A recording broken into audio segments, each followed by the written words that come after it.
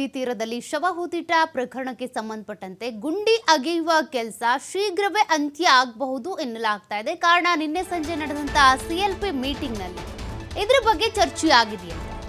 ಸ್ವತಃ ಸಿಎಂ ಸಿದ್ದರಾಮಯ್ಯನವರೇ ಈ ವಿಚಾರವನ್ನ ಪ್ರಸ್ತಾಪ ಮಾಡಿದ್ದಾರೆ ಅನ್ನೋದು ಗೊತ್ತಾಗ್ತಾ ಇದೆ. ಅಂದ್ರೆ ಈ ಪ್ರಕರಣಕ್ಕೆ ಸಂಬಂಧಪಟ್ಟಂತೆ SIT ರಚನೆ ಮಾಡಿದ್ವಲ್ಲ, ಇದಕ್ಕೆ ಒಳ್ಳೆ ರೆಸ್ಪಾನ್ಸ್ ಸಿಗ್ತಾ ಇದೆ ನಿಜ. ಆದರೆ ಈ 13 ಗುರುತು ಹಚ್ಚಿರುವಂಥ ಪಾಯಿಂಟ್ಗಳ ಪೈಕಿ ಈ 13ನೇ ಪಾಯಿಂಟ್ನಲ್ಲಿ ನಡೀತಾ ಇರುವಂಥ ಕಾರ್ಯಾಚರಣೆ ಬಹಳ ಮಹತ್ವ ಪಡ್ಕೊಳ್ತಾ ಇದೆ. ಆದರೆ ಇಲ್ಲಿ ಏನೂ ಸಿಗಲಿಲ್ಲ ಅಂತ ಅಂದರೆ ನಾವು ಈ ಒಂದು SIT ಕಾರ್ಯಾಚರಣೆ ಅಥವಾ ಶೋಧ ಕಾರ್ಯ ಏನಿದೆ ಅದನ್ನು ನಿಲ್ಲಿಸಬೇಕಾಗುತ್ತೆ ಅಂತ. ಜೊತೆಗೆ ಈ ಒಂದು ಪ್ರಕರಣಕ್ಕೆ ಸಂಬಂಧಪಟ್ಟಂತೆ ಯಾವುದೇ ಶಾಸಕರಾಗಲಿ ಸಚಿವರಾಗಲಿ ಭಾವನಾತ್ಮಕವಾಗಿ ಹೇಳಿಕೆಗಳನ್ನು ಕೊಡೋದಕ್ಕೆ ಹೋಗಬೇಡಿ, ಸೈಲೆಂಟ್ ಆಗಿರಿ ಅಂತ. SIT ಅಧಿಕಾರಿಗಳು ಅವ್ರ ಪಾಡಿಗೆ ಅವ್ರು ತನಿಖೆ ಮಾಡ್ತಾ ಇದ್ದಾರೆ, ಅದನ್ನು ಬಿಟ್ಬಿಡಿ. ನೀವು ಗೌಪ್ಯವಾಗಿ ತನಿಖೆ ನಡೀತಾ ಇದೆ ಅಂಥ ಸಂದರ್ಭದಲ್ಲಿ ಈ ರೀತಿ ಏನು ಹೇಳಿಕೆಗಳನ್ನು ಕೊಡೋದಕ್ಕೆ ಹೋಗಬೇಡಿ. ಜೊತೆಗೆ ಪಾಯಿಂಟ್ ನಂಬರ್ 6ರಲ್ಲಿ ಮೂಳೆ ಸಿಕ್ಕಿದ್ದು ಬಿಟ್ಟರೆ ಬೇರೆ ಎಲ್ಲೂ ಸಿಕ್ಕಿಲ್ಲ.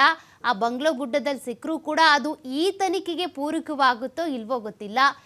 ಪಾಯಿಂಟ್ ನಂಬರ್ 6ರಲ್ಲಿ ಸಿಕ್ಕಿದ್ದೇನಿದೆ ಅದು ಮಹಿಳೆಯದ್ದು ಅಲ್ಲ, ಮೂಳೆ ಪುರುಷನದ್ದು. ಹಾಗಾಗಿ 13ನೇ ಪಾಯಿಂಟ್ನಲ್ಲಿ ಏನೂ ಸಿಗಲಿಲ್ಲ ಅಂತ ಅಂದರೆ ನಾವು ಈ ಒಂದು ತನಿಖೆಯನ್ನು ನಿಲ್ಲಿಸಬೇಕಾಗಿ ಬರಬಹುದು. ಜೊತೆಗೆ ಸಾಮಾಜಿಕ ಜಾಲತಾಣಗಳಲ್ಲಿ ಬೇರೆ ಬೇರೆ ರೀತಿಯಾಗಿ ಚರ್ಚೆಗಳಾಗ್ತಾ ಇವೆ.